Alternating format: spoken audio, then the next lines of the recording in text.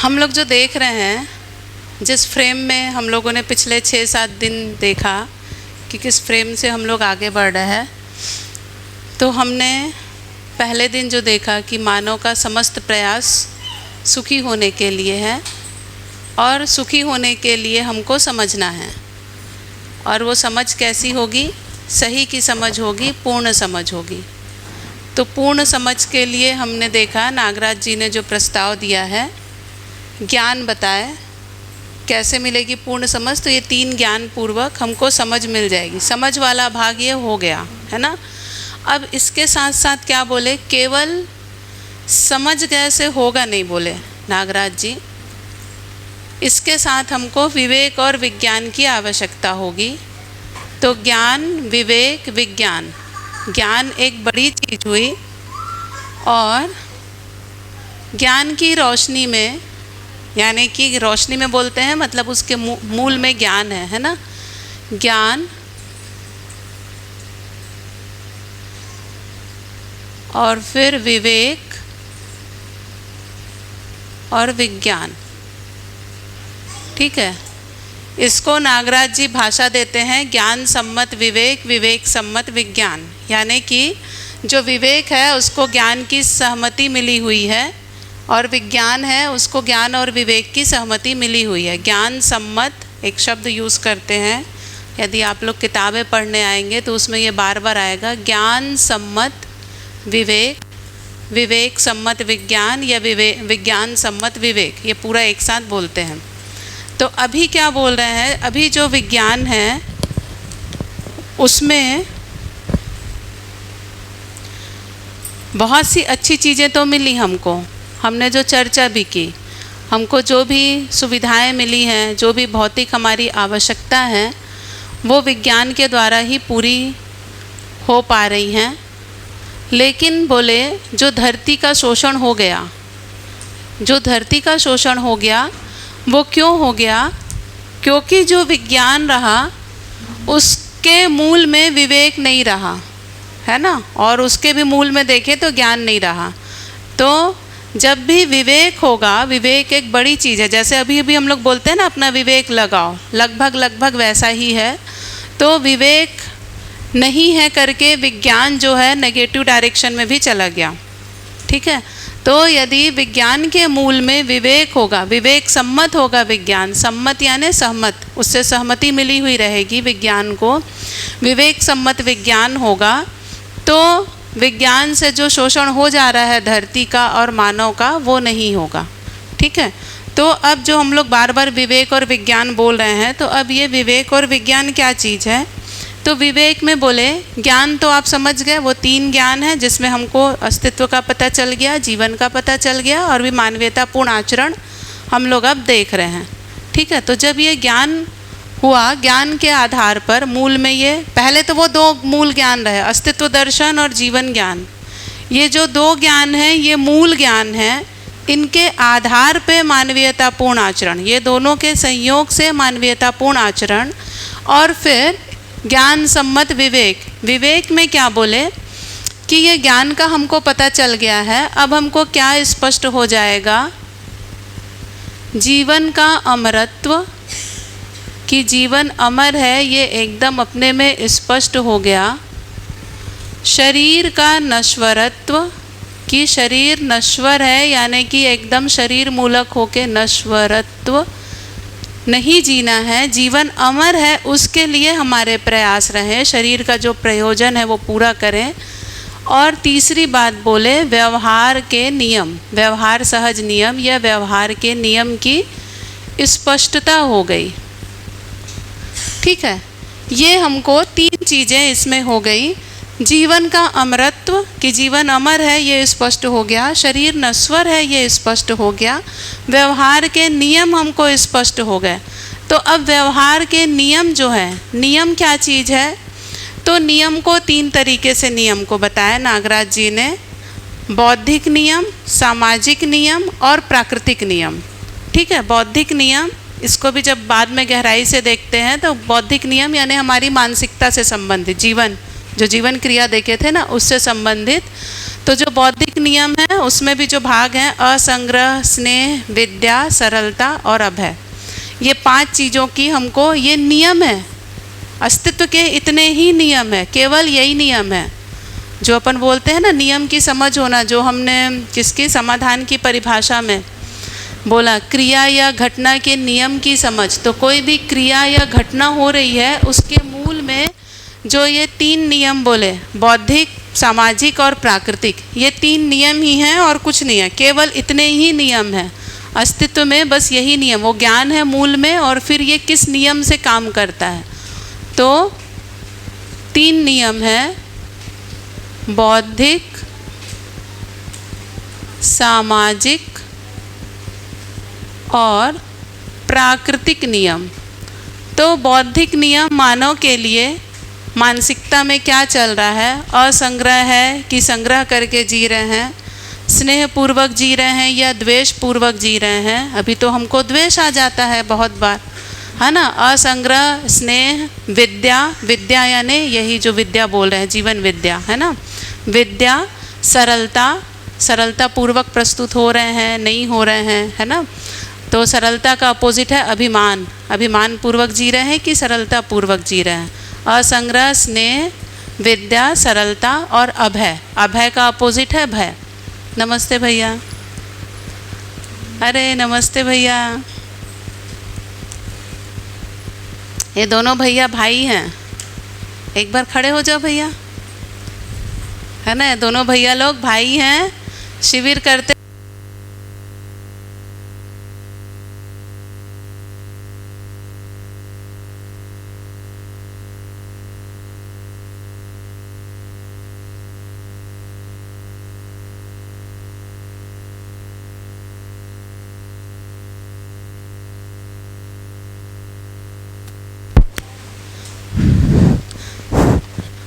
तो ये दोनों भैया लोग शिविर में आ जाते हैं, अध्ययन शिविर, किताबें पढ़ने भी आते रहते हैं, बीच बीच में जब भी समय निकलता रहता है आते रहते हैं, बढ़िया निष्ठा से पूरा लगे हुए हैं। अपने गांव में कितनी सारी गोष्ठी करवाए हैं ये हम लोग को बुला बुला के कि आप लोग आओ, हमारे सब परिवार वाले रहते हैं गांव में तो इनको भी बताओ। पूरे परिवार के लोग इकट्ठे होते हैं बढ़िया से यहाँ, जब भी हमको सहयोग चाहिए भैया लोग रहते ही हैं, है ना। तो हम लोग क्या बात कर रहे थे, व्यवहार के नियम। तो बौद्धिक नियम में 5 भाग हैं, असंग्रह, स्नेह, विद्या, सरलता और अभय। ये मेरी मानसिकता में है कि नहीं है, कैसे है, क्या है, वो स्पष्ट हो जाना। सामाजिक नियम में इसको लिख नहीं रही हूँ डिटेल में, ठीक है, बौद्धिक, सामाजिक और प्राकृतिक नियम को। सामाजिक नियम में जो अपने ने चरित्र में देखा था, चरित्र में स्वधन, स्वनारी, स्वपुरुष, दयापूर्ण कार्य व्यवहार, समाज में हमको कैसे जीना है। सामाजिक नियम का क्या मतलब है, समाज में हम कैसे जिएंगे, समाज में जीने के क्या नियम होंगे, है ना। ये हमारी मानसिकता बढ़िया से रहे उसके लिए क्या नियम होंगे, अस्तित्व में क्या नियम है, तो यही है, असंग्रह, स्नेह, विद्या, सरलता और अभय के साथ में हम जिएंगे तो हम मानसिक संतुलन के साथ में जिएंगे। समाज में संतुलन कैसे बना रहेगा, तो समाज में जीने का क्या नियम होगा, स्वधन के साथ में जीना, स्वनारी, स्वपुरुष के साथ में जीना, दयापूर्ण कार्य व्यवहार करते हुए जीना। 1 मिनट में इसको चालू कर दूं, तुषार इसको चला देना तो शायद चल गया होगा, ठीक है। अब प्राकृतिक नियम देख के ही समझ में आ रहा है कि प्रकृति के साथ में संतुलन बनाए रखना, उसकी आवर्तनशीलता, एक शब्द बोलते हैं नागराज जी, आवर्तनशीलता बनाए रखना, यानी कि जो चीज़ जैसी है वो वैसी ही रहे और समृद्ध होती जाए, मिट्टी जैसी है वैसी ही रहे और समृद्ध हो जाए, ठीक है। तो उसको बोले प्राकृतिक नियम। तो ये नियम की हमको समझ आ जाएगी, ये 3 चीज़ें जब हमको स्पष्ट होंगी तो हमारे अंदर और क्या आ गया है, शायद ये 3 चीज़ें स्पष्ट होंगी तो हमको लक्ष्य की स्पष्टता होगी कि लक्ष्य क्या है। लक्ष्य आज हमने देखा समाधान, समृद्धि, अभय, सहअस्तित्व। तो हमको लक्ष्य स्पष्ट होगा कि अब मेरे को करना क्या है, क्या पाना है मेरे को। फाइनली अब मेरे को ये नियम पता चल गए, ये पता चल गया कि मेरे को बस शरीर को नहीं पोषण देना है, ये है अमर, इसको पोषण देना है, इसका संरक्षण संवर्धन करना है। तो अब मेरे को लक्ष्य की स्पष्टता हुई, विवेक में लक्ष्य की स्पष्टता हुई, लक्ष्य स्पष्ट हुआ, ठीक है। अब विज्ञान किसको बोले? विज्ञान में बोले, ये वही विज्ञान है, इसको और अच्छे से परिभाषित किए हैं नागराज जी ने। तो विज्ञान में बोले कालवादी, क्रियावादी, निर्णयवादी ज्ञान। ठीक है, अब ये क्या चीज़ है? कालवादी, काल यानी समय, क्रिया यानी कोई भी हमारी जो भी स्थिति परिस्थिति कैसी है, हम किस जगह पे रहते हैं, गांव में रहते हैं कि शहर में रहते हैं, शहर में रहते हैं तो कौन सी जगह में रहते हैं, छोटे शहर में कि बड़े शहर में, अब वहाँ पे मेरा परिवार कैसा है, 4 लोग का परिवार है कि 15 लोग का परिवार है, मैं छोटा भाई हूँ कि बड़ा भाई हूँ, छोटी बहन हूँ कि बड़ी बहन हूँ, ये सारी जो भी स्थिति परिस्थिति है, जो भी कार्य व्यवहार हो रहे हैं, उस आधार पे वो सारी क्रियाएँ हो गई, वो सारी क्रिया हो गई। तो कालवादी, क्रियावादी, और उस आधार पे फिर निर्णय लेना। तो क्या बोले इसको? विज्ञान की परिभाषा बोले कालवादी, क्रियावादी, निर्णयवादी। ये विचार है, वाद यानी विचार बोले थे, कालवादी, क्रियावादी, निर्णयवादी। फाइनली हमको निर्णय ही लेना है, तो केवल ज्ञान पूर्वक निर्णय नहीं ले पाएंगे हम। ज्ञान पूर्वक जो हम देखे थे प्रतिभा और व्यक्तित्व में संतुलन, तो प्रतिभा यानी कि समझ वाला भाग तो पूरा हो गया, लेकिन जब आचरण करने गए, जीने गए, तो हमको विवेक और विज्ञान की ज़रूरत होगी। हमको इन नियमों के समझ, नियम क्या हैं ये जानने की ज़रूरत होगी। हमको निर्णय लेना होगा किस समय के अनुसार है, हम किस परिस्थिति में हैं, उस अनुसार हमको निर्णय लेना होगा। तो यहाँ पे क्या हुआ? अब हमको लक्ष्य स्पष्ट हो गया, ये लक्ष्य स्पष्ट हो गया और दिशा का निर्धारण हो गया। तो अब दिशा भी यहाँ लक्ष्य स्पष्ट हुआ और बहुत सारी दिशा, जैसे कि हमको दिल्ली जाना है, दिल्ली जाना है ना। तो अब हमारा लक्ष्य क्या है? दिल्ली में कोई बढ़िया शिविर हो रहा है, सोम भैया का किसी का शिविर हो रहा है ना, मान लो दिल्ली जाना है हमको सबको। तो अब दिल्ली जाना है, तो अब हमारा लक्ष्य क्या हो गया? दिल्ली जाना है। अब दिल्ली जाने के लिए कई सारी दिशाएं हो सकती हैं। हम चाहे तो बस से जा सकते हैं, बस के 2-3 रूट हो सकते हैं, ट्रेन के 2-3 रूट हैं, है ना। हम चाहे तो फ्लाइट से जा सकते हैं, चाहे तो बाय रोड जा सकते हैं। तो हमारे पास कई सारी दिशाएं हैं, बहुत सारी दिशाएं हैं। तो विवेक पूर्वक एक तो लक्ष्य हम स्पष्ट करें, जाना क्यों है, जाएं कि नहीं जाएं, कौन कौन जाएंगे, कैसे जाएंगे, ये सारा व्यवहार लगा रहे हैं हम, है ना, कि कैसे करेंगे, वहाँ क्या करेंगे, सामाजिक नियम, बौद्धिक नियम, प्राकृतिक नियम सब लगा रहे हैं यहाँ। हमारा ये लक्ष्य स्पष्ट हो गया, बहुत सारी दिशाएं हैं वो भी दिख रही हैं हमको। अब जो दिशा तय होना, दिशा का निर्धारण, कि अब यही वाली दिशा तय हो गई कि हम ट्रेन से जाएंगे और नागपुर वाले रास्ते से जाएंगे। ये दिशा भी यहाँ पे निर्धारित हो गई कि हम इस तरह से जाएंगे। ठीक है, तो इस प्रकार से विवेक और विज्ञान पूर्वक हम निर्णय ले पाते हैं। ऐसे ही जो हमारे जीने का निर्णय है, हमने कोई लक्ष्य बनाया कि अब हमको ऐसे ही जीना है जैसे नागराज जी बता रहे हैं, ऐसे ही जीना है जैसे नागराज जी बता रहे हैं। हमने देखा हमारे परिवार की क्या स्थिति परिस्थिति है, हमारी क्या स्थिति परिस्थिति है, ये नियम की हमको समझ हुई, लक्ष्य स्पष्ट हुआ। अब हम क्या निर्णय ले रहे हैं, किस दिशा में चल रहे हैं, परिवार के साथ मिलके तय करें कि अकेले चल पड़ें, कि 4 परिवारों को साथ में बुला के बोलें कि चलो भाई हम 4 लोग मिलके हम लोग साथ में चलेंगे, क्योंकि अकेले हमारा परिवार तो इस रास्ते पे चल नहीं पा रहा है।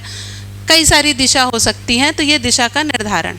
ठीक है, तो ये हुआ ज्ञान, विवेक और विज्ञान। ज्ञान, विवेक, विज्ञान पूर्वक हम अपना निर्णय ले पाते हैं। ठीक है, तो ये ज्ञान, विवेक, विज्ञान जो मानवीयतापूर्ण आचरण में शुरू में आया था, इसलिए उसको रख दिए। अब हम आगे कहाँ गया?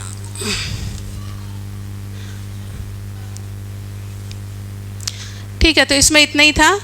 तो अपन आगे बढ़ते हैं। संबंध में चल रहे थे अपन, मानवीयतापूर्ण आचरण। ठीक है, तो इसमें हम क्या देखें? पहले 2 ज्ञान देख लिए, 2 ज्ञान के आधार पे अब मानवीयतापूर्ण आचरण, मूल में वो 2 ज्ञान हैं। अब उसके आधार पे मानवीयतापूर्ण आचरण, मानवीयतापूर्ण आचरण में हमने देखा इसके 3 भाग हैं, मूल्य, चरित्र और नैतिकता। मूल्य में हम देखें संबंध की बात आई, है ना। तो संबंध और मूल्य क्या चीज़ होते हैं उसको देख लेते हैं। तो संबंध को बोले, देखिए हर चीज़ की परिभाषा दिया है नागराज जी ने, कुछ भी नहीं छोड़ा है। तो संबंध की परिभाषा दिए,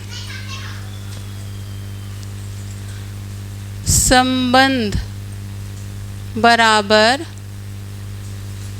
पूर्णता के अर्थ में अनुबंध। ठीक है, पूर्णता के अर्थ में अनुबंध, यानी कि पूर्णता होने के लिए जो अनुबंध हुआ, अनुबंध जैसे अपन बोलते हैं ना, साथ साथ चलना, पीछे, अनु यानी पीछे होता है, बंध यानी बंधना, बंध गए, हम साथ साथ बंध गए, साथ साथ हैं हम। जो संबंध बन गया, माँ और बच्चे का संबंध बंध गया, तो वो बंधा हुआ है। क्यों बंधा हुआ है? पूर्णता के लिए। पूर्णता को हमने बताया, वही अनुसंधान है नागराज जी का। जो नई बात उन्होंने जो बोली है परंपरा से, वो 3 जो बातें बोली हैं वो पूर्णता के लिए ही बोला। 3 पूर्णता बोले, गठन पूर्णता, क्रिया पूर्णता और आचरण पूर्णता। ठीक है, तो गठन पूर्णता तो हो गई, तभी तो हम जीवन के रूप में, मानव के रूप में यहाँ खड़े हुए हैं, बैठे हुए हैं। ठीक है, तो गठन पूर्णता तो हो गई, नेचुरली वो हो गया, प्राकृतिक रूप से, सह अस्तित्व रूप से गठन पूर्णता हो गई। अब जो 2 पूर्णता बची हैं जिससे मानव को तृप्ति होगी, वो है क्रिया पूर्णता और आचरण पूर्णता। ठीक है, तो इसके लिए ये अनुबंध है। अनुबंध जैसे अपन बोलते हैं ना, 2 लोगों के बीच में अनुबंध हुआ, एग्रीमेंट हो गया, वैसा है लगभग, जैसा एग्रीमेंट जैसा आप देख सकते हो। तो पूर्णता 3 पूर्णता है, एक गठन पूर्णता हो चुकी है। ठीक है, जो 2 पूर्णता बची, क्रिया पूर्णता और आचरण पूर्णता। क्रिया पूर्णता जिसमें हमने बताया कल और आज कि जीवन क्रिया में जब 10 क्रियाएं पूरी हो गई, उनमें तालमेल हो गया, 10 क्रियाएं होने लग गई बढ़िया से, उनमें तालमेल हो गया। आत्मा के अनुरूप बुद्धि, बुद्धि के अनुरूप चित्त, चित्त के अनुरूप बुद्धि, बुद्धि के अनुरूप चित्त के अनुरूप वृत्ति, वृत्ति के अनुरूप मन चलने लगा, तो हुई क्रिया पूर्णता। ठीक है, और वैसा हम जीने भी लग गए, जो हमने देखा मानव, देव मानव, दिव्य मानव के रूप में, तो वो हो गई आचरण पूर्णता। ठीक है, तो यहाँ तक मेरा संबंधी पहुँच जाए, जिस भी संबंध में मैं हूँ, मैं यदि श्रेष्ठ हो जाता हूँ किसी जगह पे, वो मेरे से कहीं पे ज़्यादा श्रेष्ठ है, मैं कहीं ज़्यादा श्रेष्ठ हूँ, कहीं पे मैं कम हूँ, कहीं पे वो कम है, तो हम एक दूसरे को आगे आगे आगे आगे लेके चलते जाएं। यही अनुबंध है हर संबंध में। सारे संबंध जितने भी हैं वो इसीलिए हैं, नागराज जी कह रहे हैं, पूर्णता के अर्थ में अनुबंध। ठीक है, अब आ जाते हैं मूल्य में, कि मूल्य क्या चीज़ है। अभी मूल्य को भी देखेंगे हम। तो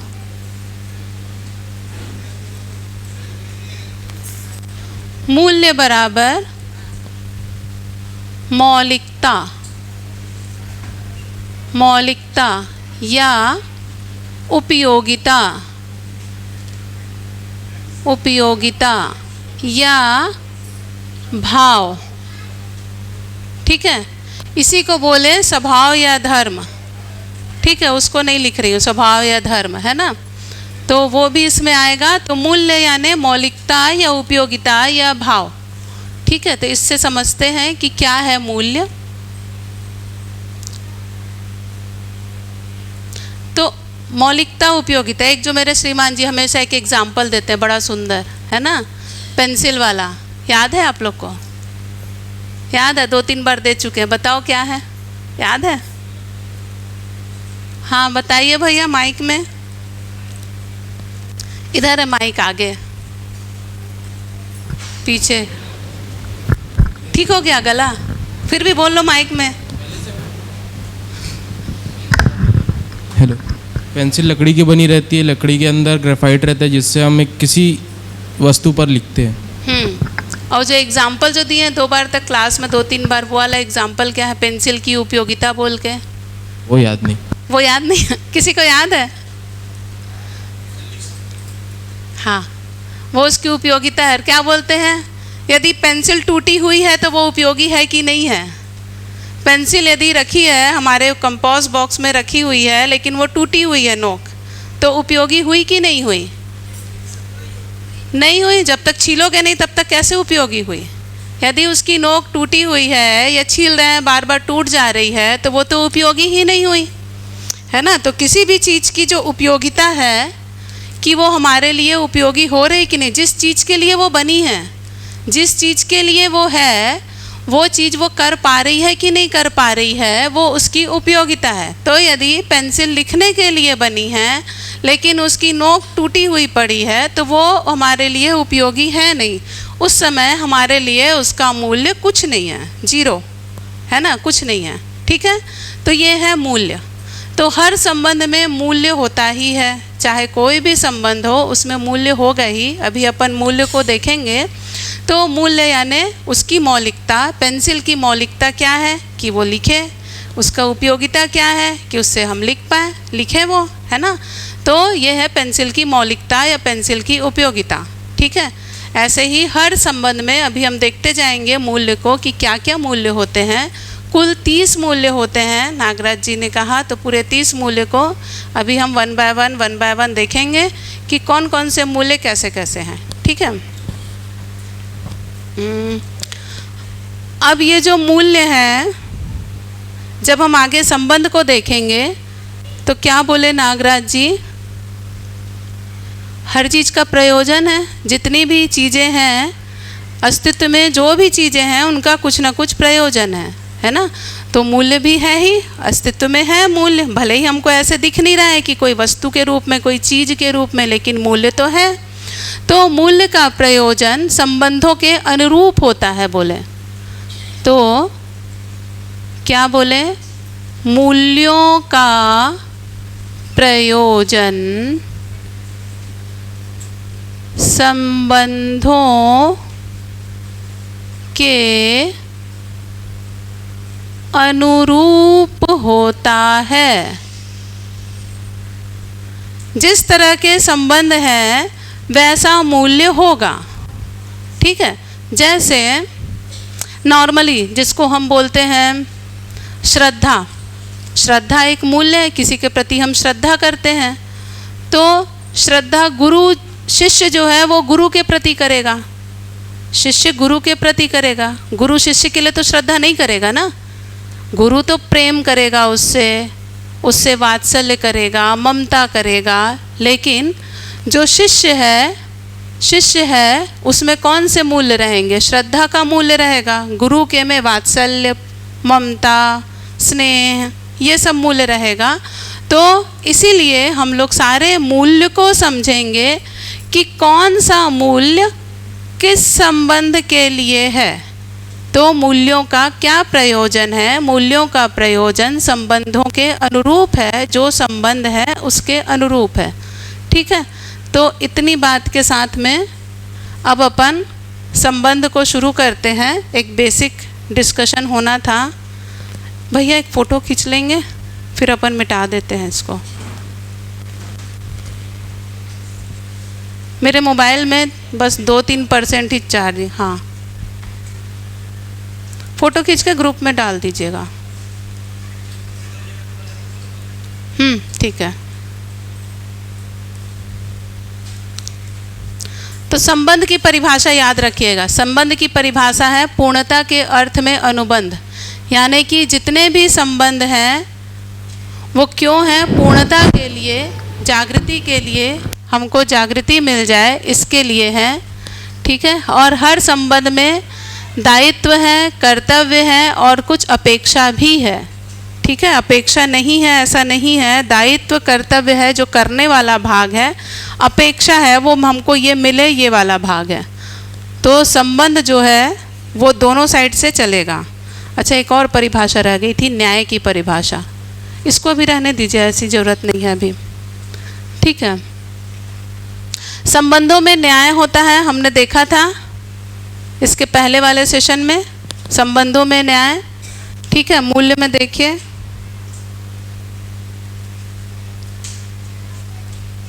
ये देखिए मूल्य में लिखा है संबंध में न्याय, दिखा? मूल्य के नीचे ब्रैकेट में लिखा है संबंध में न्याय। तो न्याय क्या होता है? ध्यान है न्याय? हाँ, उभय तृप्ति तो उसका लास्ट वो मिल गया, सबसे आखिरी वाला हुआ, उसके पहले और 3 चीज़ें होती हैं। हाँ, संबंधों की पहचान। हाँ बोलो ना भैया, माइक में बोल लो, माइक में। संबंधों को पहचानने का निर्वाह है। हाँ, और क्या होता है? संबंध की पहचान हो गई, निर्वाह हुआ, और क्या एक और चीज़ होती है बीच में? मूल्यांकन। बढ़िया, गुड। फिर उभय तृप्ति, भैया बोल दिए, है ना? तो 4 चीज़ें, 4 स्टेज है न्याय होने के लिए, 4 स्टेज। अभी देखिए न्याय किसको बोलते हैं। नागराज जी कह रहे हैं अभी जो भी न्याय है, ये ड्रॉप हो रहा है तुषार, दूसरा उसमें बैटरी लगा के दे देना तो वाले में, 1-2 बार ड्रॉप हो गया। नागराज जी कह रहे हैं कि अभी हम न्याय नहीं कर पा रहे हैं, हम फैसला लेते हैं न्यायालय में, हम फैसला लेते हैं। कैसे फैसला लेते हैं? कि जैसे किसी ने किसी का मर्डर कर दिया, है ना? अब जिसके घर के व्यक्ति के साथ ऐसा हुआ, जिसका मर्डर किया, वो लोग क्या करते हैं? FIR दर्ज किए उसके खिलाफ, ये सब जो भी किए वो किए, है ना? कोर्ट केस चला, ये सब चला, और फिर क्या होता है? न्यूज़पेपर में आता है, या वो लोग बोलते हैं जब तक उसको सज़ा नहीं मिलेगी तब तक वो जो चला गया उसको न्याय नहीं मिलेगा, उसको सज़ा मिलेगी तभी उसको न्याय मिलेगा, ऐसी बोलते हैं ना? वो तो चला गया, जाने वाला है ना, है दुखद घटना है। लेकिन अब क्या हो गया? उसको जब सज़ा मिली, उम्र कैद की सज़ा या 14 साल की सज़ा या जो भी सज़ा मिली, तो बोलते हैं अब उसको न्याय मिल गया, ऐसा बोले।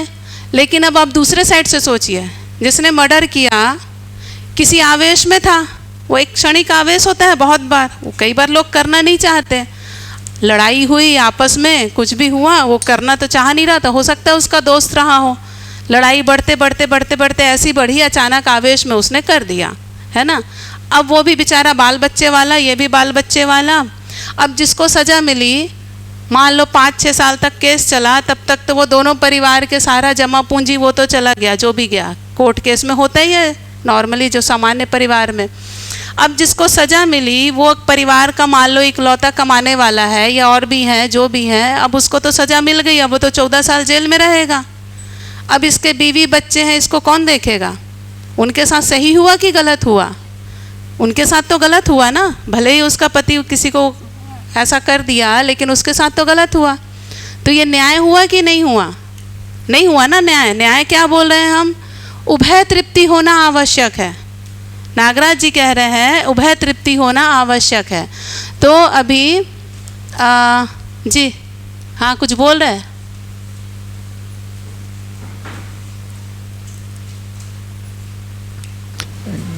उभय तृप्ति कैसे होगी जब अभी के पठन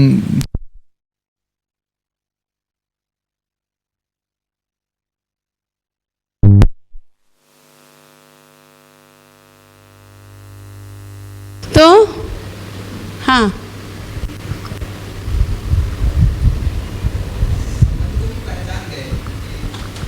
हाँ अभी अपन आएंगे उसमें संबंध की अपन ये सारा देखेंगे। अभी जब अपन अभी मूल्य शुरू करेंगे ना तो ये सारा कुछ देखेंगे ही अपन। तो संबंध की पहचान मतलब संबंधों की पहचान होगी कि उसमें दायित्व कर्तव्य क्या है और अपेक्षा क्या है, उससे संबंध की पहचान होगी। कि ये जैसे कि एक संबंध है माता पिता और पुत्र पुत्री का संबंध है, तो माता पिता पुत्र पुत्री संबंध की पहचान कैसे होगी? उसकी क्रिया से होगी, उसमें कौन सी क्रिया हो रही है उससे उस संबंध की पहचान होगी। कि माता पिता बच्चों का पोषण और संरक्षण करते हैं, शरीर का और मानसिकता का पोषण और संरक्षण करते हैं माता पिता, तो उस क्रिया से उस संबंध की पहचान होगी। इस संबंध को पहचाने कि ये माता पिता और पुत्र पुत्री संबंध है। अब उस संबंध में कौन से मूल्य रहेंगे? माता पिता के साइड से ममता, वात्सल्य, ये सारे मूल्य रहेंगे। पुत्र पुत्री के साइड से कौन सा संबंध मूल्य रहेगा? सम्मान, गौरव, कृतज्ञता, ये मूल्य रहेंगे, है ना। ये मूल्य का निर्वाह हुआ। अब जब माता पिता ने देखा कि हाँ मेरे बच्चे मेरे प्रति जो मूल्य है, गौरव, कृतज्ञता, सम्मान, विश्वास, ये सब का निर्वाह कर पा रहे हैं। ये उन्होंने देखा, बच्चों ने ये देखा कि हाँ, मेरे माता पिता मेरे प्रति ममता, वात्सल्य, विश्वास का निर्वाह कर पा रहे हैं। जो मूल्य वो वाले संबंध में थे वो लोग कर पा रहे हैं, जो मूल्य ये वाले संबंध में थे बच्चों में वो बच्चे कर पा रहे हैं। जब ये दोनों ने देखा कि दोनों अपने अपने जो जो मूल्य उसमें थे उसको निर्वाह कर पा रहे हैं, इसका उन्होंने आकलन किया, मूल्यों का आकलन हुआ। दोनों ने देखा कि हाँ, दोनों कर पा रहे हैं, तो हुई उभय तृप्ति। ठीक है, तो उभय तृप्ति हुई तो उसको बोले न्याय, न्याय हो गया। ठीक है, और दूसरी बात जिसको अभी न्याय बोल रहे हैं, जो सुधारने के लिए जो हम बोलते हैं कि वो उसको यदि सज़ा मिल जाएगी तो उसके साथ न्याय हो जाएगा वाली बात, उसके लिए एक सुंदर सूत्र नागराज जी ने दिया, बोले सुधार ही दंड है। तो किसी का भी दंड जो है, जेल में सज़ा पाने से क्या वो सुधर जाएगा क्या? फाइनली सुधार क्या होना है? सुधार का मतलब नागराज जी कह रहे हैं कि वो समझदार हो जाए, जागृत हो जाए, अपने आप में व्यवस्थित हो जाए, परिवार समाज के लिए उपयोगी हो जाए, वही तो है सुधार। तो जेल में रहने से क्या सुधार हो जाएगा? हम कुछ कह नहीं सकते, है ना। नागराज जी कह रहे हैं सुधार ही दंड है। तो दंड की परिभाषा में लिखे हैं सुधार ही दंड है। क्या बोले? सुधार ही दंड, ऐसा लिख देती हूँ बिंदी लगा के, सुधार ही दंड है। ठीक है,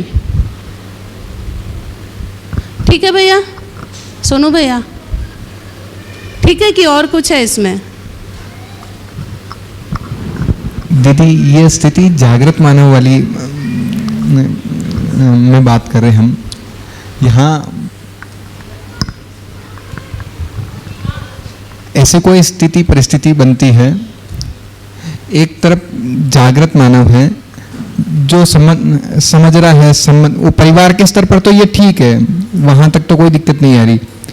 जब हम परिवार से बाहर देख रहे हैं, एक व्यक्ति जागृत मानव है, एक अमानवीय जीवन जी रहा है उस आचरण के साथ में, तो ये तो नेक्स्ट स्टेप हो गया। उस समय या उस स्थिति में क्या होगा बताइए।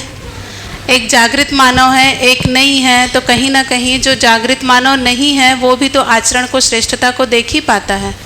हम भी जैसे जिनका सम्मान करते हैं, जो श्रेष्ठ दिखते हैं, श्रेष्ठता दिखती ही है उनके साथ। हम कोई भी एक, जो इतने सारे लोग जो हैं अभी जिनका सम्मान होता है, जिनके सेशंस होते हैं, बड़े बड़े होते हैं, उनके लोगों में लाखों लाखों लोग आके बैठे होते हैं, किसी श्रेष्ठता को लोग पहचानते ही हैं, है ना। तो उस श्रेष्ठता को पहचानते ही हैं, और यदि ऐसे कोई राह चलते भी कोई ऐसा मिल गया अमानव जैसा, है ना, जो अचानक से आ गया, तो जनरली हमारी ज़िंदगी में इस तरह से नहीं मिलते। तो जागृत मानव को भी थोड़ी ना कि कोई बैठा होगा कि जागृत मानव जाएगा तो मैं आके उनके साथ बदमाशी करूँगा, कुछ करूँगा और देखता हूँ वो क्या करते हैं। तो यदि आ भी गया वैसा, जागृत मानव रहेगा अपने धीरता, वीरता, उदारता के साथ, है ना। तो नागराज जी के तो हैं बहुत सारे किस्से हैं, आप सुनना कभी लोगों से, है ना। तो ऐसे ऐसे हैं कि अच्छे खासे ऐसे लोग जो हम कल्पना नहीं कर सकते, ऐसे ऐसे लोग उनके पास आए हैं अमानव, है ना। तो वो सब किस्से हैं, और वो उनने उनकी श्रेष्ठता को फिर स्वीकारा भी है। ठीक है, तो अभी अपन उसकी फिर चर्चा नहीं करते फिलहाल, आप कभी अकेले में सुनना लोगों से, तो है ना। तो वो श्रेष्ठता दिखाई दे जाती है, और हमारे में वो अंश है ही कुछ ना कुछ, है ना। हम सभी ये मूल्य को, भाव को पहचानते हैं, हमको अच्छा भी लगता है। ऐसा नहीं कि हम पूरी तरह से गलत हैं, बिल्कुल अच्छे नहीं हैं। नागराज जी कह रहे हैं 50% मानो तो सही ही है, अच्छा ही है। ठीक है, तो चलिए यहाँ तक हो गया। संबंध की पहचान, मूल्यों का निर्वाह, परस्परता में मूल्यांकन और उभय तृप्ति, ये है न्याय की परिभाषा जो नागराज जी ने दी है। अब आ जाते हैं संबंध पे। ठीक है, तो कौन कौन से संबंध में हम लोग रहते हैं, जीते हैं, आप लोग बताइए, तब तक मैं पानी पीती हूँ।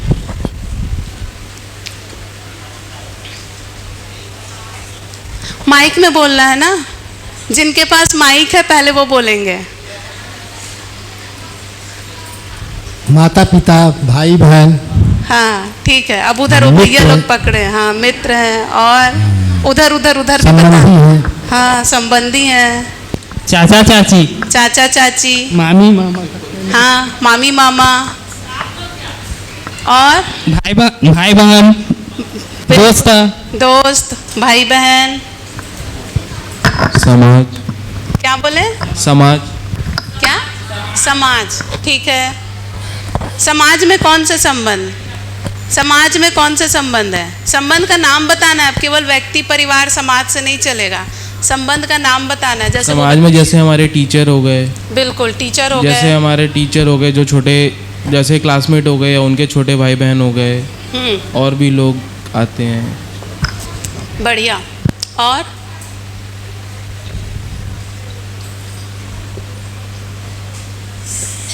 हाँ बताइए दीदी।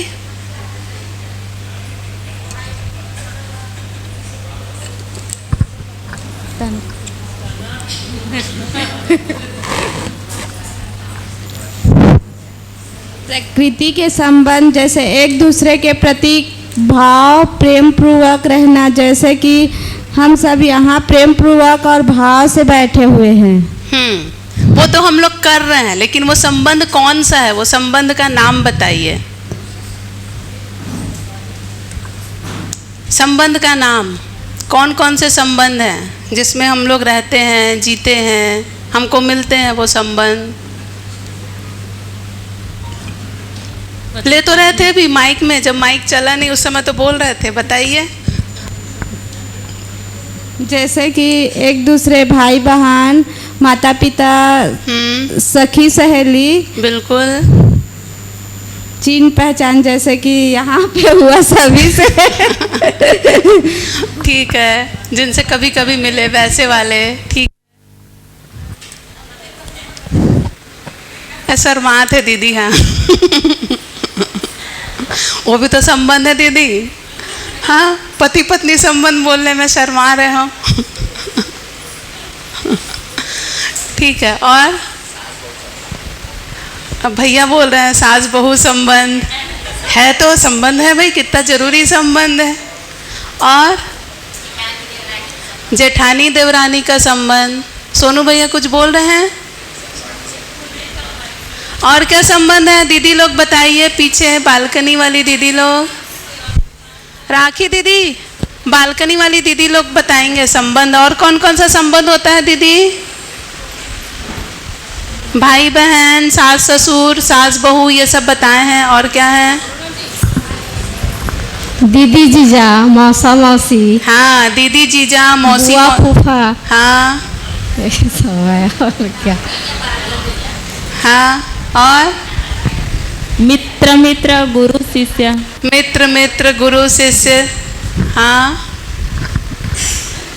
जैसे कि सास ससुर, बहू, ननंद सास, हाँ।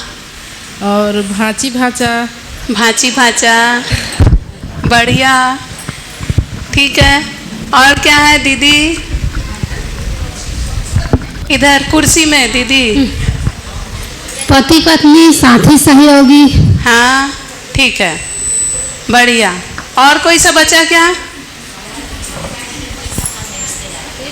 और कोई सा किसी को बताना है? आप बताओगे कोई सा संबंध?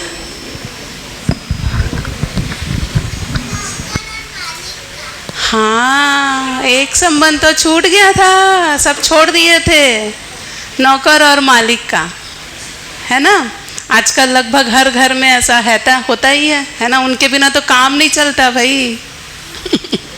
पति चला जाए 10 दिन के लिए बाहर चलेगा, है ना, लेकिन मेड ना आए तो नहीं चलता, है ना। जिनके घर में है उनके घर की बात कर रही हूँ, ठीक है। और कोई सा संबंध छूटा? और किसी को कोई सा बोलना होगा? हाँ बिल्कुल, जीवावस्था के साथ में हमारा कोई संबंध है ही, ठीक है। कहाँ से बोले दीदी? प्रकृति और इंसानों के साथ में संबंध, ठीक है। और कोई सा? हाँ, दादा दादी नाना नानी, गुरु शिष्य और व्यवस्था के लिए संबंध। हाँ, बैठे बैठे बोल लो बेटा। हाँ, पड़ोसी पड़ोसी का संबंध। ठीक है, तो पड़ोसी पड़ोसी में जो लोग होते हैं उनको हम क्या बोल देते हैं? अंकल आंटी, चाचा चाची, बुआ फूफा, भाई बहन, ये सब अपन बोल देते हैं, है ना। तो इतने सारे संबंध के साथ में हैं, और अभी हम बात किए कि इतने सारे संबंध में, सारे संबंध को हमको पहचानना है, उसमें कौन कौन से मूल्य होते हैं उस मूल्य को समझना है, उसका निर्वाह भी करना है और फिर उनका आकलन भी करना है, तो जाके उभय तृप्ति होगी। ऐसा है ना। इतने सारे संबंध आप लोग बता दिए, बताए ना। तो इतने सारे संबंध देखते देखते तो बड़ी गड़बड़ हो जाएगी। तो नागराज जी ने इसको खूब सरल कर दिया, एकदम सरल कर दिया। क्या सरल किया? वो ये बोले जितने भी संबंध हैं मानव मानव के, वो कितने हैं? केवल 7 हैं। जो पुराना शिविर करके आए हैं उनको पता है, वो है केवल 7। केवल 7 ही संबंध हैं जिसमें मानव जीता है, मानव मानव संबंध। ठीक है, तो अब आसान हो गया ना। केवल 7 ही संबंध को समझना है हमको, इतने सारे संबंध को समझने नहीं जाना है। जैसे अस्तित्व दर्शन को नागराज जी ने एकदम आसान कर दिया। कैसे आसान कर दिया? केवल 4 अवस्थाओं को समझो, हो गया। और फिर उसके बाद 4 अवस्थाओं के बाद में व्यापक है, बस इतना ही है अस्तित्व। तो एकदम आसान कर दिया कि हम एकदम एक एक चीज़ को समझने नहीं जाते रहेंगे, उसका रूप गुण स्वभाव धर्म समझने। वैसे ही और एक और क्या आसान कर दिया? जितने भी हमारे प्रश्न हैं, दुनिया भर के प्रश्न, वो केवल 2 प्रश्नों पे आके रुक जाते हैं। क्यों जीना, कैसे जीना। कैसे जीना को जब देखने जाएं तो फिर 3 प्रश्न निकलते हैं। संसार क्या है, मैं क्या हूँ, सुखपूर्वक जीने के लिए करना क्या है। तो जो हमारे अनंत प्रश्न थे वो इन 3 प्रश्न में आके ख़त्म हो गए। जो इतनी सारी अनंत इकाइयाँ हैं उसको केवल ये बोल दिए 4 अवस्थाओं में आके हो गया ख़त्म, है ना। वैसे ही हमारे इतने सारे जो संबंध है, नदन डेढ़सा, देवरानी जेठानी, सास बहू, मामा मामी, चाचा चाची, बुआ फूफा, पता नहीं इतने सारे, वो सारे केवल 7 संबंध में आके हो जाते हैं, समझ में आ जाते हैं। ठीक है, तो अब उस 7 संबंध को देखते हैं क्या है। तो 7 संबंध देखने के लिए पहले हम देखते हैं, कोई जैसे बच्चा पैदा होता है ना। बच्चा जब पैदा होता है, इसकी ज़रूरत नहीं है, अपन इसको बंद कर देते हैं। ठीक है, तो अब एक बच्चा पैदा हुआ, एक परिवार में पैदा होता है बच्चा, कोई भी संतान एक परिवार में पैदा होती है। तो एक ये यहाँ पे एक गोला बना देती हूँ।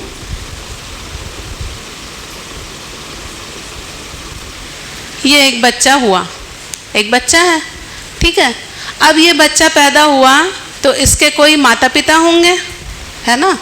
तो अब ये जो बच्चा है, माता पिता संबंध इसके पास है। ठीक है, माता पिता संबंध के साथ में है ये बच्चा, और ये माता पिता का ये क्या हो गया, पुत्र या पुत्री। इसीलिए मैं बाल नहीं बनाई हूँ, ऐसा बच्चा बनाई हूँ, ताकि ना लड़के सोचेंगे कि अरे लड़की बना दी, लड़कियाँ सोचेंगे अरे ये हमारा नहीं बना है ना। तो वहाँ ध्यान मत जाए करके, है ना। तो ये कोई भी लड़का भी हो सकता है, लड़की भी हो सकती है। ठीक है, ये संतान है, इनका संतान है। तो माता पिता पुत्र या पुत्री संबंध। ठीक है, अब ये जो पुत्र या पुत्री है, माता पिता के और भी बच्चे हैं और भी संतान हैं, तो वो इसके क्या हुए, भाई बहन हुए, है ना। तो अब इसके पास एक भाई बहन संबंध भी है। ठीक है, भाई बहन, और ये जो भाई या बहन है इसका ये भी भाई या बहन होगा, तो भाई बहन संबंध हो गए। अब ये जो बच्चा है थोड़ा बड़ा होता है, 3 साल का होता है, कहाँ जाएगा, स्कूल जाएगा, स्कूल में कौन मिलेगा? गुरु मिलेंगे, टीचर मिलेंगे। तो क्या हो गया? इसको मिला एक और संबंध, गुरु का संबंध। गुरु और ये इनका क्या हो गया? शिष्य हो गया। ये शिष्य है, ठीक है, ये शिष्य हो गया, ठीक है, ये गुरु मिले इसको, ये इनका शिष्य कहलाया, ठीक है, ये बच्चा। अब उसी स्कूल में इसको अपने जैसे और छोटे छोटे मिले, 3 साल वाले, 3 साल 4 साल वाले जो भी मिले, वो इसके क्या हुए? मित्र, मित्र हो गए। तो अब इस बच्चे को अगला एक संबंध मिला, मित्र मित्र संबंध। ये भी उनका मित्र हुआ, है ना। तो मित्र मित्र संबंध, एक मित्र ये वाला और ये खुद मित्र, मैं दोनों को एक ही साथ लिख दी हूँ। एक मित्र ये वाला जो मिला है उसको, ये खुद है, इसलिए मित्र मित्र संबंध। केंद्र में अभी ये बच्चा ही है ना। अब ये इस तरह से चलते चलते करके अब ये बड़ा हो गया, बड़ा हो गया। अपनी बात हुई थी 18 साल होते होते अच्छी सही शिक्षा मिली तो वो समझदार हो जाएगा, है ना। अब ये ऐसा करते करते बड़ा हो गया, समझदार हो गया, ठीक है, इतना हो गया। अब इसके बाद ये बच्चा बड़ा हुआ, कितने संबंध हो गए? 1 2 3 4, 4 हो गए, है ना। तो अब ये बड़ा हुआ, समझदारी हुआ। अब ये बोला कि मैं भी एक परिवार मानव जैसा अभ्यास करूँगा, उत्पादन का अभ्यास करूँगा। ये सारा अभ्यास किया। अब ये शादी के लायक हो गया, विवाह के लायक हो गया। माता पिता ने इनका विवाह कर दिया। तो क्या हो गया? कौन सा संबंध मिला? पति पत्नी संबंध, है ना। यदि ये लड़का है तो पत्नी संबंध मिला, और यदि लड़की है तो पति संबंध मिला, ठीक है। तो पति पत्नी संबंध, ठीक है, पति पत्नी संबंध हुआ। अब ये अपने परिवार के लिए कुछ उत्पादन कर रहे हैं। अपन ने देखा था वित्तेषणा, वित्तेषणा विषय में देखे थे, पुत्तेषणा वित्तेषणा। तो परिवार में उत्पादन के लिए ये पति पत्नी ये कुछ कर रहे हैं, परिवार भी कुछ कर रहा है। तो सारा कुछ अकेले कर नहीं पाते। कई बार हमारे पास क्या होता है कि हम किसी के अंडर में काम करते हैं। शुरुआत में क्या करेगा? जब ये अभ्यास कर रहा है, जब ये किसी उत्पादन, मान लो उसने सोचा कि मैं क्या करूँगा? खेती करूँगा। मान लो उसने सोचा कि मैं खेती करूँगा, कि और कुछ कराना है, खेती ही कराएं। इसने सोचा मैं खेती करूँगा, लेकिन खेती की बारीकियाँ उसने स्कूल में सीखा है ना। जैसे कि अपन ने बात किया था, स्कूल में उसने, परिवार में, आसपास में सीखा है, लेकिन अब उसको और एक्सपर्ट बनना है। तो अब ये क्या करेगा? किसी एक्सपर्ट जो पारंगत है उसके अंडर में जाएगा, है ना, उसके साथ में जाएगा, उसका सहयोगी बन के जाएगा कि मैं आपके साथ में काम करूँगा, मैं आपके साथ में काम करूँगा, आप मेरे को काम सिखाना। तो उसके अंडर में रह के वो कुछ काम करेगा और उसका सहयोगी बन के काम करेगा। ये थोड़ा छोटा, सहयोगी बन के काम करेगा, ठीक है। ये सहयोगी बन के काम करेगा। तो जिसके अंडर में काम कर रहा है, जिसके मार्गदर्शन में काम कर रहा है, वो उसका कहलाएगा साथी, ठीक है, वो उसका साथी कहलाएगा, और ये कहलाएगा सहयोगी। यहाँ तक के ठीक है, अपन साथ साथ हैं, ठीक है। पहले माता पिता मिले, भाई बहन मिले, फिर स्कूल गया तो गुरु बने, गुरु मिले, ये इनका शिष्य बना। मित्र भी मिले, वहाँ बड़ा हुआ, या बड़ा होने से पहले ही सहयोगी बन के किसी साथी के साथ में उसने काम किया। पति पत्नी संबंध बना, और फिर ये पति पत्नी अब माता पिता बन गए, ठीक है, माता पिता बन गए। अब इनकी भी संतान हो गई। अब ये सर्कल चलता रहा, ठीक है। अब क्या हुआ? ये जब माता पिता बना, आगे जब मानव, देव मानव वाली जगह पे जब पहुंच रहे हैं, जब और बड़ा हो गया, तो क्या हुआ? क्या पता ये गुरु बन गया, इसको शिष्य मिल गए, है ना। पहले ये शिष्य था, अब ये गुरु बन गया, ठीक है। तो ये एक साइकिल पूरी चली। अब इसके साथ साथ ये तो इसका एक पर्सनल ग्रोथ हुआ, साथ ही साथ एक परिवार के लिए, एक समाज चलने के लिए कुछ व्यवस्थागत संबंध की ज़रूरत पड़ती है। व्यवस्था संबंध, जैसे कि मान लीजिए, जैसे हम बीमार होते हैं, हॉस्पिटल जाते हैं, हमको कुछ डॉक्टर्स मिलते हैं, हमारे घर न्यूज़पेपर वाला आता है, कई सारे जो हमारा जैसे जूता खराब हो गया हम मोची के पास लेके जाते हैं, बाल कटाने नाई के पास जाते हैं, ये पूरी व्यवस्था उनसे बनी हुई है ना। तो ऐसे ही व्यवस्थागत संबंध, एक और संबंध आया जिसको बोले व्यवस्था संबंध। तो जो समाज का पूरा ढांचा खांचा बना हुआ है उसके साथ भी इसका संबंध बना हुआ है, ठीक है, जिन लोगों की समाज को अच्छे से चलने के लिए ज़रूरत होती है, ठीक है। तो कितने संबंध हो गए? 7 हो गए। यहाँ से शुरू करेंगे तो 1 2 3 4 5 6 7, ठीक है। तो सारे संबंध जितने भी बोले वो इन 7 संबंध में नागराज जी ने डिफाइन कर दिया। तो इतने में किसी को आप लोग को कुछ शंका हो, जिज्ञासा हो, कुछ बोलना हो तो बोल सकते हैं। सारे संबंध आए कि नहीं आए इसमें? दादा दादी का संबंध कहाँ पे आएगा? माता पिता में, ठीक है। तो अब जो दादा दादी, नाना नानी, बुआ फूफा, चाचा चाची, वो सारे माता पिता है ना, माता पिता संबंध में वो शामिल हैं, ठीक है। जितने भी हमारे जो कज़िन्स हैं, कज़िन, चाचा के बच्चे, मामा के बच्चे, बुआ के बच्चे, वो सब भाई बहन हैं, ठीक है। वो मित्र मित्र हो गए, ठीक है। गुरु शिष्य हमको समझ में आ गया। पति पत्नी तो एक ही संबंध होता है, ठीक है, साथी सहयोगी। हाँ, अब इसमें एक और क्या बात होगी, जब ये जो बच्चा है माता पिता तक पहुंच गए थे हम, गुरु भी बन गया वो, और क्या हुआ, जब ये अपने उत्पादन के कार्य में पारंगत हो गया, कभी तो होगा उत्पादन वाले में, तो ये साथी बन जाएगा, ये साथी बन जाएगा और ये इसके अंडर में कोई काम करेगा, ये किसी का सहयोग करेगा, ठीक है। तो अब ये कभी सहयोगी था, अब ये साथी भी बन जाएगा, ठीक है। तो इस तरह से ये 7 संबंध मानव के नागराज जी ने बताया। इसके अलावा जो 3 संबंध हैं, नैसर्गिक संबंध जिसको बोले, ठीक है, प्रकृति के साथ, ये तो हुआ मानव संबंध। मानव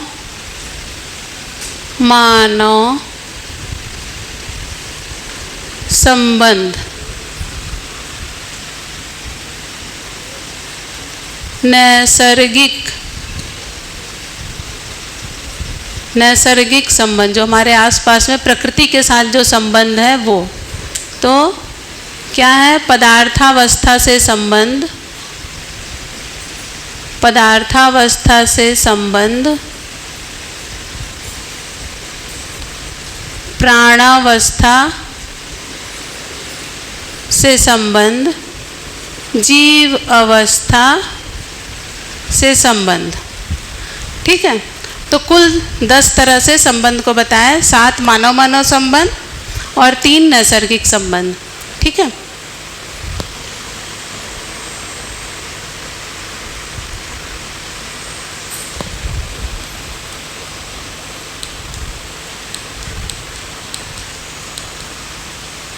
ये देखिए, ये इसमें लिखा हुआ है। जी भैया माइक ले लीजिए, माइक।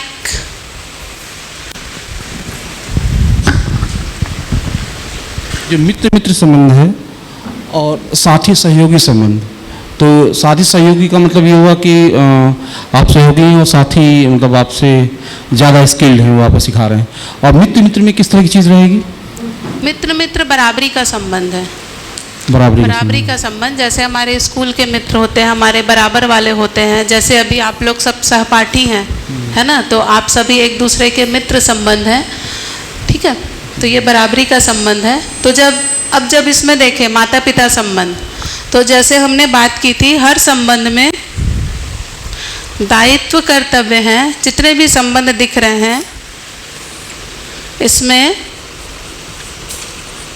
दायित्व है, कर्तव्य है और अपेक्षा भी है। जैसे सबसे पहले यदि माता पिता और पुत्र संतान संबंध को देखें तो माता पिता जब संतान छोटी होती है तो माता पिता का तो शुरू से आखिरी तक कर्तव्य क्या है? पोषण और संरक्षण। ठीक है, माता पिता पोषण और संरक्षण करेंगे बच्चे का। ठीक है, पोषण और संरक्षण। ठीक है, पोषण में शरीर का भी पोषण आएगा और मानसिकता का भी पोषण।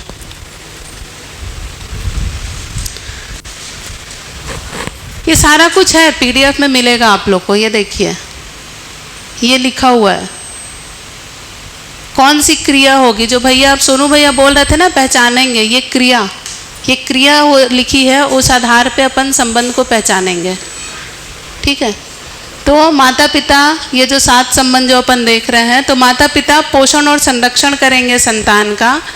अब उनकी भी एक अपेक्षा बनी रहेगी। क्या अपेक्षा? तो माता पिता की अपेक्षा, जब बच्चा छोटा सा है, एकदम छोटा है ना, तो माता पिता की केवल एक अपेक्षा होती है उसकी स्माइल की, है ना, कि बच्चा मुस्कुरा दे, केवल यही अपेक्षा होती है। उसको कोशिश करते ना, कितना कोशिश करते हैं माता पिता, है ना, अरे अरे ऐसा गाल छू छू के ऐसे ऐसे करके कुछ तो करें कि वो स्माइल कर दे।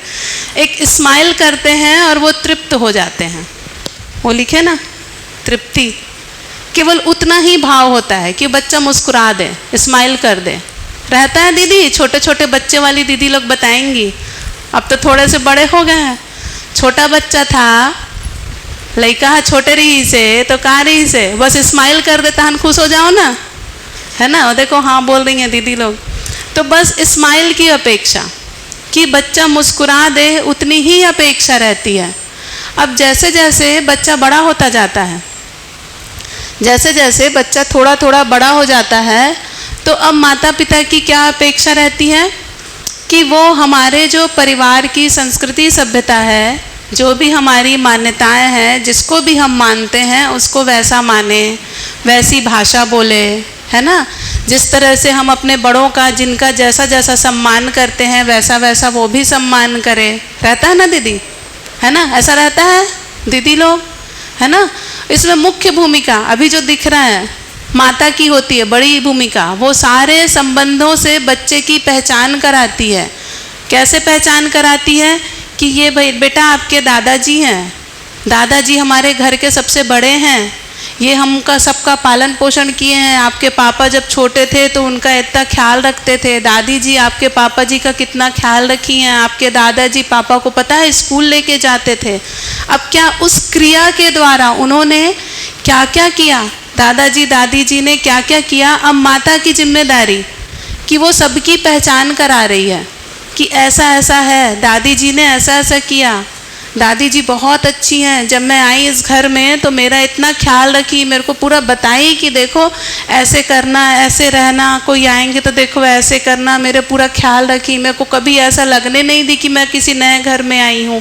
तो अब ये माता की बहुत बड़ी जिम्मेदारी बच्चे को हर संबंध की पहचान कराना है कि बेटा ये तुम्हारे ना चाचा जी हैं, ये आपके चाचा जी हैं, चाचा जी ना आपके पापा जी के भाई हैं। जैसे ये छोटे वाले आपके भाई हैं ना, वैसे ये इनके भाई हैं। जब ये छोटे थे तो साथ में खेलते थे, ये ऐसा करते थे, वैसा करते थे, सहयोग करते थे। एक बार पापा जी गिर गए थे साइकिल से तो वो उठा के लाए थे। सब कहानी पता है। ये माता की जिम्मेदारी, माता पूरा बता रही है। तो जब माता ये बता रही है तो वो हर संबंध से उसकी पहचान करा रही है। ये माता की बड़ी जिम्मेदारी। ठीक है। पिताजी क्या कर रहे हैं? पिताजी उसका संरक्षण का काम। माता है पोषण प्रधान, पोषण करती है माता, संबंध की पहचान कराती है, पोषण करती है ना।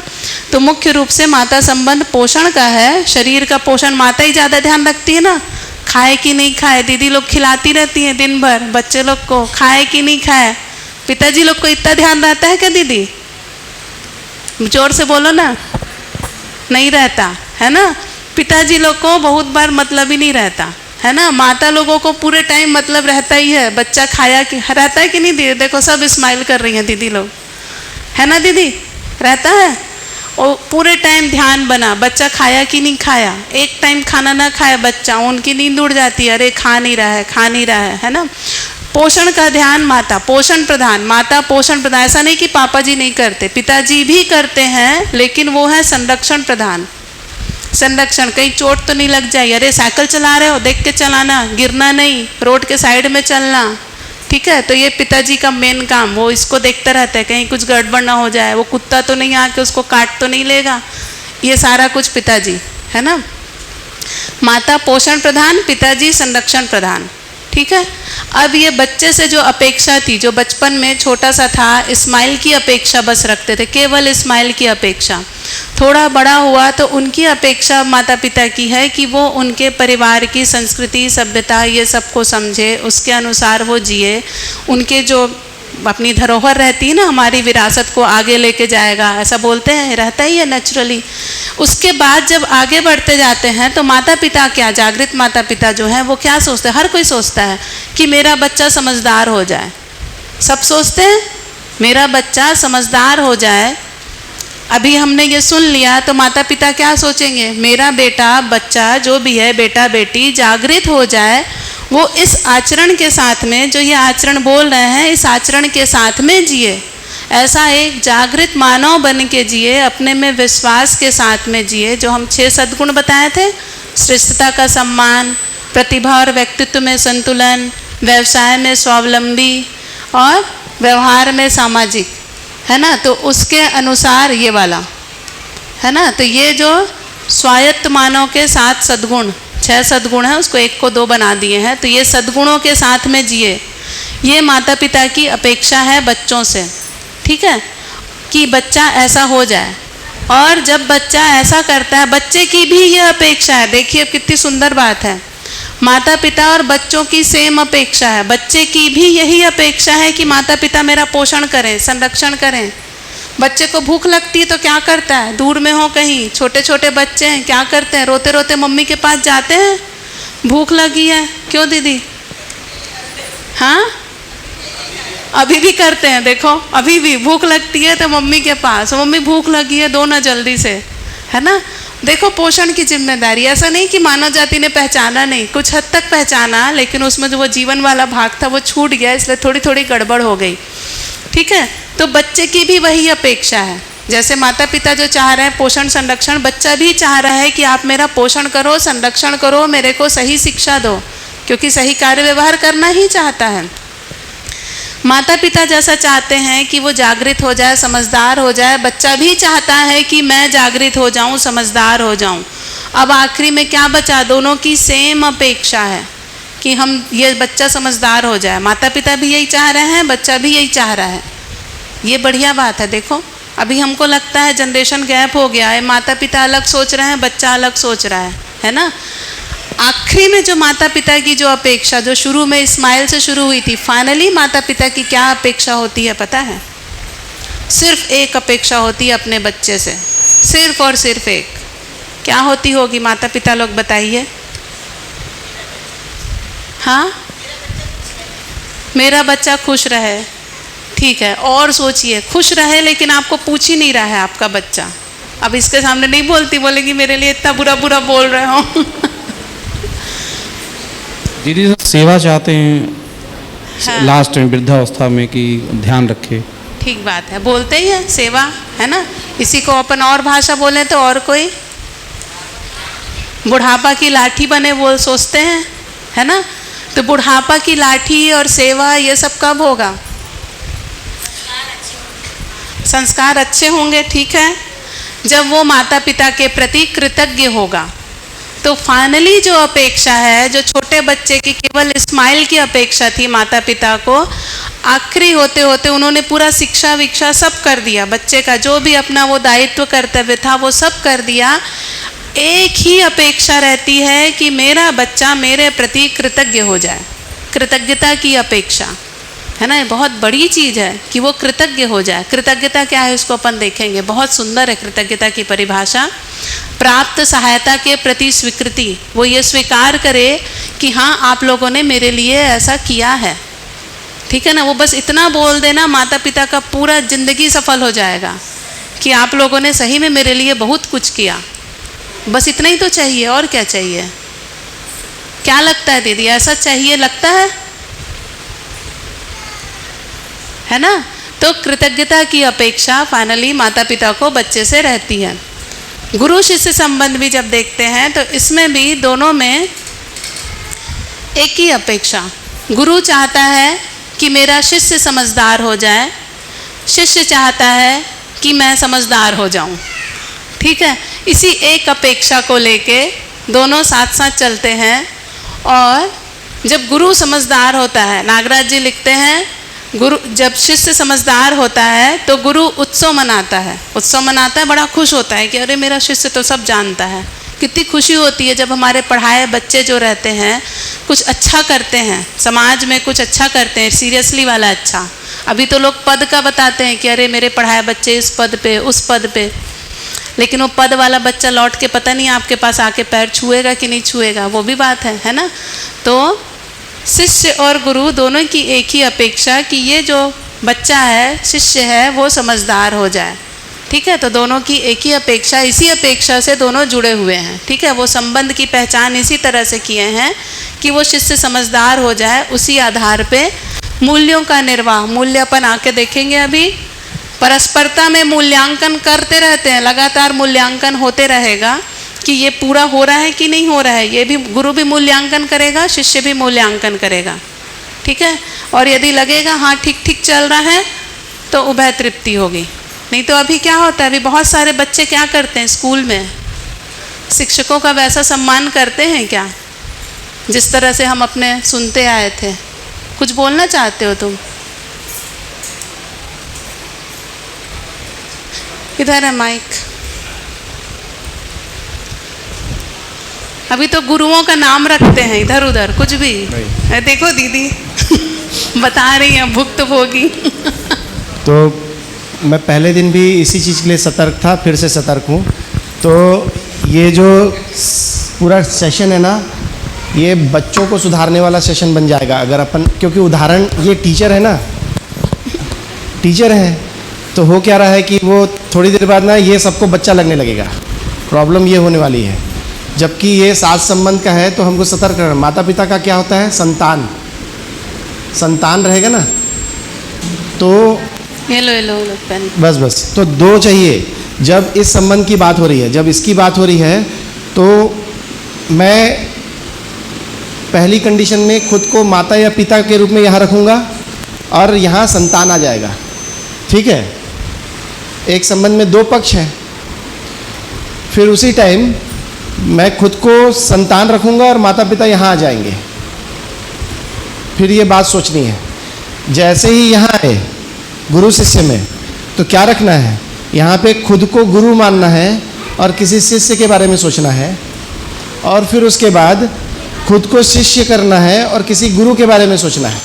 ऐसे करके ये साथ संबंध आपको, ये साथ है ना। वैसे ही पति पत्नी में खुद को अगर आप यहाँ पति रखते हो तो यहाँ पत्नी हो जाएगी, यहाँ खुद को आप पति रखते हो तो यहाँ पत्नी। तो पत्नी के रूप में आप अपने आप को देखोगे तो वो संबंध में ये अपेक्षा आएगी। इसका क्या मतलब हुआ कि ये साथ नहीं है, ये 14 तरीके से देखने का तरीका है ना। 14 तरीके हो गए देखने का। भाई मैं किसी उम्र में शिष्य हूँ, किसी उम्र में गुरु भी होऊंगा। और पूर्ण समझ क्या है, जब मैं गुरु होऊंगा तब समझदार होऊंगा क्या, उसके उस संबंध के बारे में तो मेरे को अभी जानकारी चाहिए। तो 14 तरीके से ये मेरे को देखना आना चाहिए। जब मैं साथी होऊंगा तो मेरा कोई सहयोगी होगा, और जब मैं सहयोगी होऊंगा तो मेरा कोई साथी होगा। तो इसको आप ऐसे करके मैं बोल के कर सकते हो। तो 14 संबंध बनेंगे हर बार। अगर मैं भाई हूँ तो दूसरा भाई होगा, मैं बहन हूँ तो दूसरा भाई होगा, मैं भाई हूँ तो दूसरा भाई, दूसरी बहन, इस टाइप का। तो ये तो और ज़्यादा हो गया, 14 से ज़्यादा हो गया, 15-16 हो गए। ठीक से लिख देती हूँ। ठीक है, एक बात। दूसरी बात मान लीजिए कि ये देखने का तरीका ना, अभी क्या है, ये हमको ऐसा ना लगे कि ये संतान की बात हो रही है। संतान की बात तो नहीं हो रही है। संतान की तो एक ही बार बात हुई है, जब संतान। अभी प्रॉब्लम क्या हो रही है, जैसे ही संतान आया ना, मैं देख रहा हूँ कि आप लोग बहुत खुश हो रहे हो। मुद्दा क्या हो रहा है कि ये कभी भी खुद को माता पिता की जगह रखना ही नहीं चाहेगी। अभी इतना ही है, 7 दिन बीत जाएंगे, 7 साल बीत जाएंगे, और हमेशा यही याद रहेगा कि एज ए संतान मेरी क्या दायित्व है, कर्तव्य है, अपेक्षा है, और आपको एज ए अभिभावक ये रहेगा कि मेरे क्या दायित्व है, कर्तव्य है, अपेक्षा है। तो ये हो गया गलत। क्यों? क्योंकि समझ किसकी होती है? समझ तो पूर्ण की होगी। पूरे को समझना है कि आधे अधूरे को? पूरे को समझना होता है, समझना पूरे को है। तो इसका क्या मतलब हुआ कि पति पत्नी संबंध को लेते हैं। अगर मैं पति हूँ तो मैं यहाँ खुद को रखूँगा और यहाँ पत्नी, और ये सारे दायित्व, कर्तव्य, संबंध और अपेक्षा को मेरे को समझना पड़ेगा। ये एक साइड हुआ, एक साइड हुआ। उसके बाद मेरे को अनुमान से, मेरी कल्पनाशीलता है, कल्पनाशीलता के अनुमान से खुद को पत्नी के रूप में रखना पड़ेगा और पति के रूप में सामने वाले को रख के अपने आप को, मैं तो पुरुष हूँ तो मैं तो पति ही हो सकता हूँ ना, लेकिन मुझे पत्नी के रूप में क्या क्या मेरे दायित्व कर्तव्य हैं वो पता करने होंगे, और अपेक्षा क्या है, क्योंकि पत्नी के साइड से मेरे प्रति क्या अपेक्षा है वो भी तो मेरे को पता करना पड़ेगा। पहुँच रही मेरी बात? नहीं तो हम गलत अपेक्षा कर लेते हैं, क्योंकि हम उनकी जगह से नहीं देख रहे हैं। उनकी जगह से मतलब उनका कोई एक अपब्रिंगिंग है। जागृत परंपरा की तो बात हो ही रही है। जागृत परंपरा तो किताबों में है, अभी ज़मीन में तो नहीं आया है। और सुखी होना तो हम अभी से शुरू हो जाएंगे। पूर्ण समझ एक दिन में आएगा कि क्रम से होगा? तो क्रम से होगा, ये तो ऐसे है ना, बहुत बार गिरेंगे भी। तो ये कैसे होगा? पूर्ण समझ तक पहुंचने के लिए क्या क्या बोले हैं? पहला बोले हैं शिक्षा लगेगा, फिर शिक्षा के बाद क्या बोले हैं? अध्ययन लगेगा। अध्ययन में क्या होगा? दूसरे की रोशनी होगी। ये टॉर्च है, ये टॉर्च है। क्या बोले हैं? जो अध्ययन कराने वाला कोई होगा उसकी रोशनी। बिना अध्ययन कराने वाले के आप अध्ययन अभी नहीं कर सकते जिस चीज़ में। तो अध्ययन क्या होता है? अध्ययन मतलब दो लोग होते हैं, एक अध्ययन करने वाला होता है और एक अध्ययन कराने वाला होता है, तो ही अध्ययन होता है। बाद में जब ये अनुभव हो गया मेरे को, मैंने खुद सीख लिया उस चीज़ को, उसमें मेरा कमांड आ गया, मैंने उसको कर लिया, मैं उसमें प्रमाणित हो गया, कर डाला, तो फिर इसकी ज़रूरत नहीं रहेगी। तो इसको गुरु बोलेंगे। हर एरिया में गुरु है। साइकिल चलाने में भी कोई गुरु होता ही है। समझ में आ रही बात? तो इसीलिए अध्ययन, शिक्षा, अध्ययन, इसमें आगे कैसे पढ़ेंगे हम? शिक्षा, अध्ययन और अभ्यास, यही तो बात हो रही है। अभी क्या होता है, ये परिचय शिविर आखिरी नहीं है आपका, ये आपकी ज़िंदगी का पहला परिचय शिविर है। अभी तो सीरीज़ लगेगा। शिक्षा, अपनी बात हुई, शिक्षा बहुत सारी करने पे फिर हम अध्ययन योग्य होंगे। अध्ययन अच्छे से कर लेने पे फिर हम अभ्यास कर पाते हैं और किसी टाइम पे हम खुद गुरु जैसे हो जाते हैं। एक बात ये याद रखिएगा। तो पहला शिविर नहीं है ये आप लोगों का, आखिरी शिविर नहीं है, ये पहला शिविर है। ठीक है। एक दूसरा, मैं जब बोल रहे हैं तो मैं में, अगर मैं पुरुष हूँ तो मैं पति ही होऊंगा, लेकिन मुझे मैं में पत्नी रख के अपने पति के प्रति क्या अपेक्षा आ रही है मेरे में एज अ फीमेल पति के प्रति क्या अपेक्षा आ रही है उसको देखना पड़ेगा। तो जैसे पति पत्नी में अपेक्षा को देखेंगे, पति पत्नी में, तो हमेशा हम लोग क्या करते हैं, वन साइड ही देख पाते हैं। तो जैसे पति में यतित्व बोल रहे हैं, यतित्व की अपेक्षा है, और पत्नी से क्या है, सतित्व की अपेक्षा है। तो मैं कभी भी ये मैं बन के मैं देखूंगा ही नहीं, तो मुझे पता कैसे चलेगा कि ये मेरे से क्या अपेक्षा है। इसीलिए 2 वे है, ये 7 नहीं 14 से अधिक संबंध है। ऐसे देखने पे अपने आप को वहाँ रखना पड़ेगा, अपने दायित्व, कर्तव्य और अपेक्षाओं को निकालना पड़ेगा। दूसरा, ये बच्चा सुधार कार्यक्रम नहीं है, जीवन विद्या बच्चा सुधार कार्यक्रम नहीं है। बच्चा भी है इसमें, भाई है, हमारी उम्र है, हमारे पास बच्चे हैं, तो बच्चे को तुरंत, तो ये जो योग्यता विकास है ये बच्चे का नहीं करना है भाई, अपना करेंगे। तो हम इस जगह पे इन संबंधों को समझना है। पहला क्या बोले, कहीं पे लिखा क्या, मैं समझना है, पूरे को समझना है। फिर दूसरा क्या है, समझने के बाद जीना है, और फिर उसके बाद समझाना है। क्या बोला था अपन ने उसको, उपकार पूर्वक जीने का जिंदगी चाहिए। अगर उपकार नहीं है हमारे मन में, हमारे जीवन में, हमारे आचरण में, हमारे प्लानिंग में, कि मैं समझे हुए को समझाना चाहता हूँ, सीखे हुए को सिखाऊंगा, किए हुए को कराऊंगा और जीऊंगा भी, तो फिर ये कहीं नहीं जा रहा है। ये व्यक्तिवादी, समुदायवादी, अपने स्वार्थ की दृष्टि में ही रह जाएगा। ठीक है। तो ठीक है। क्या होता है कि जितने भी टीचर्स हैं ना, वो शिविर लेती हैं तो महिलाएं इतना खुश होती हैं, तो मैं भी खुश होता हूँ।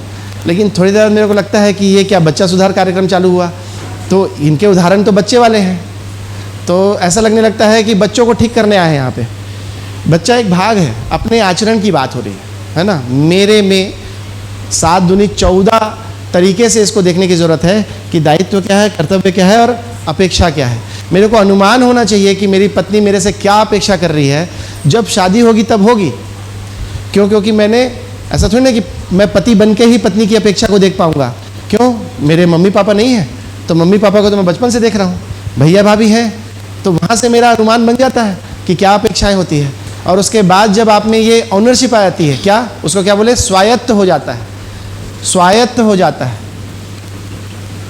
स्वायत्त होने के बाद वही 6 सद्गुण जो 7 सद्गुण बता रहे हैं, उसके बाद वो खुद बोलता है कि ठीक है मेरी शादी करा दो, मुझे उसमें डर नहीं लगेगा और मैं निर्वाह कर पाऊंगा, मैं दायित्व कर्तव्य और अपेक्षाओं को पूरा कर पाऊंगा।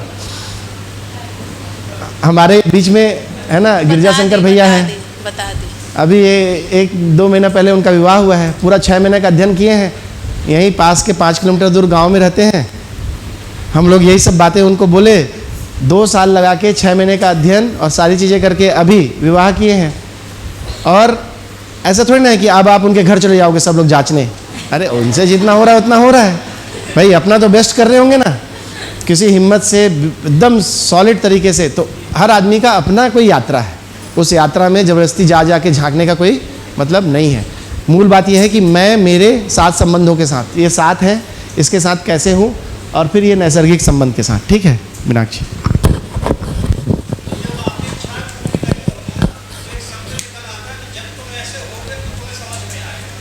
क्रम है, जब तुम्हें हो गया ऐसा नहीं होगा, क्रम है, क्रम। पहले के बाद दूसरी आता है, दूसरी के बाद तीसरी आता है, पहले के बाद 12वीं नहीं आता, पूरा एकदम पूरा नहीं होता। दो।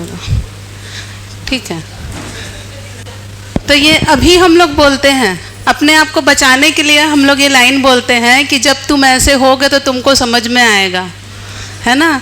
तुमको क्या पता पत्नी क्या क्या झेलती है, क्या क्या करती है, नए घर में आती है तो उसके साथ क्या क्या होता है। तुम तो इसी घर में रहे हो, वैसे ही रहे हो, ये सब खुद को बचाने का है। तो नागराज जी ने सबका समाधान दिया हुआ है। जितनी भी हमारी पतली गली है ना, जहाँ से हम बच सकते हैं, खुद को बचा सकते हैं, सबके लिए उन्होंने तोड़ दे के रखा है। और इतना बढ़िया तोड़ दिया है, मतलब अपनी जो कमियां हैं, जो हम अपने को बचाने के लिए जो लाइन बोलते हैं ना, वो खुद बोलते हुए खुद पे हंसी आ जाती है।